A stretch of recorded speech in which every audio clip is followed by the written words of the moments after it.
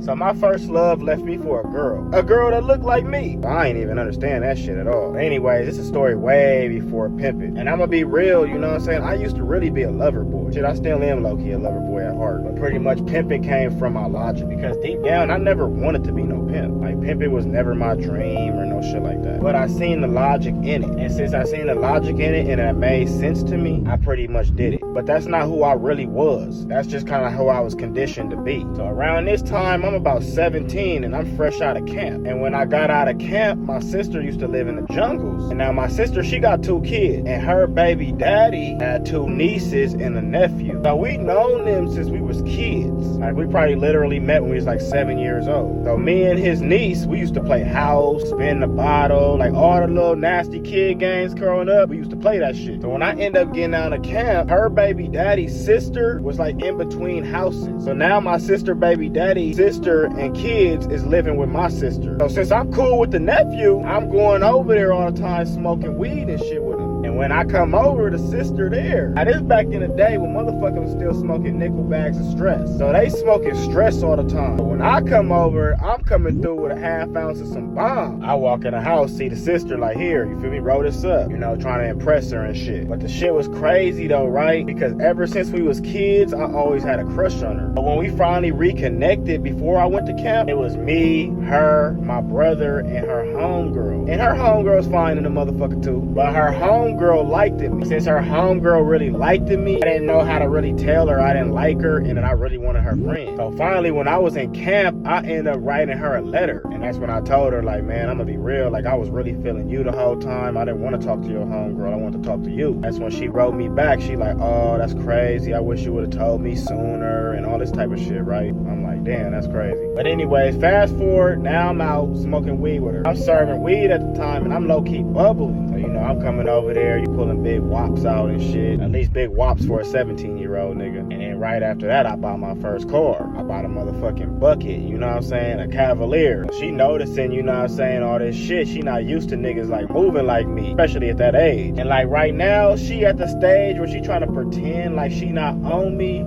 And I'm at the stage where I'm kind of pretending the same thing, but we both know what's going on. But this is what really confirmed my suspicion. She had ended up saying some jealous shit when she heard me on the phone talking to another female. I forgot exactly what she said, but she was tripping. So finally, we end up talking and shit, and the conversation came up about head. That's when she asked me, have I ever gave head before? At the time, I never have. I was growing up, you got clowned for giving females head. So I had never tried it before. So bam, you know what I'm saying? We got late night and we watching Love and Basketball. Everybody in the house sleep now. It's just me and her up. But where the other people that sleep at in the living room, they sleep behind the couch. Me and her is in front of the couch, like watching a TV. So based on they on the floor, they can't see us and we can't see them. Now I don't know exactly what was said right before it happened, but the next thing you know, I was under the cover and the shit crazy because I remember when I first did it, I was expecting that shit to like taste nasty or something. But when I did, I'm like, oh, this shit ain't that fucking bad. That's when I locked on to that motherfucker and went to work. So when I was done, that's when she like, shit, your head pretty good for a nigga that never gave head before. I started laughing and shit. But after that, I whip out. That's when she go deep sea diving under the cover.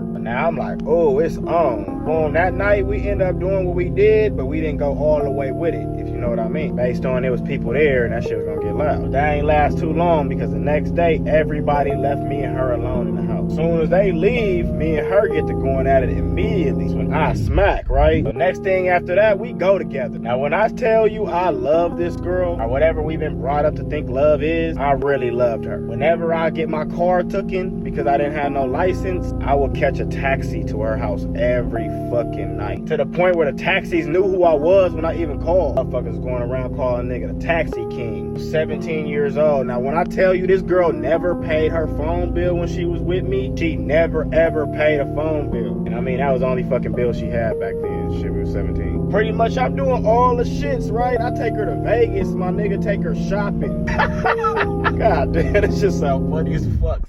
Man, I was big tricking on my girl. But on me, I took her to Vegas and spent like 3 bands on her shopping. I'll never forget the number because 3 bands was a lot of money back then. But anyways, it was nothing I wouldn't do for this girl. I ain't gonna lie, she one of the ones that kind of made me realize why I should be a pimp. Because I'm gonna be real, all through my life, the good girls ain't the ones that used to want me. Only the 304s. Anyways, I was on probation at the time. Based on I had just got out of camp for a pew-pew. I forgot exactly what I did, but I ended up violating my probation. Based on I violated my probation, I had to go to jail. But anyways, I go to juvenile hall for 2 weeks. You know what I'm saying? Every day I'm in there, I'm talking to her and shit. You feel me? She got my car. And at the time, I had a white Thunderbird. It was my second car. And since I knew I was turning myself in, I left the car with her. So she driving the car. Man, while I was up in jail for 2 weeks, I get out of jail and find out this girl cheated on me. And I'm like, damn, 2 weeks? I was only gone 2 weeks.